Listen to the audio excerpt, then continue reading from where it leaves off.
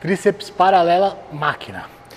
Primeiro de tudo, eu tenho o ombro bem largo, as costas bem largas, então essa pegada fechada para mim fica um pouco desconfortável. O que eu faço? Giro, vai me dar um pouquinho mais de amplitude. Travei. Encosto minha lombar no apoio. Encostando minha lombar no apoio, eu posso inclinar o tronco um pouquinho para frente sem tirar a lombar do apoio. Vou segurar, flexiono o cotovelo, ativo o bracing, subiu, desceu, pico de contração.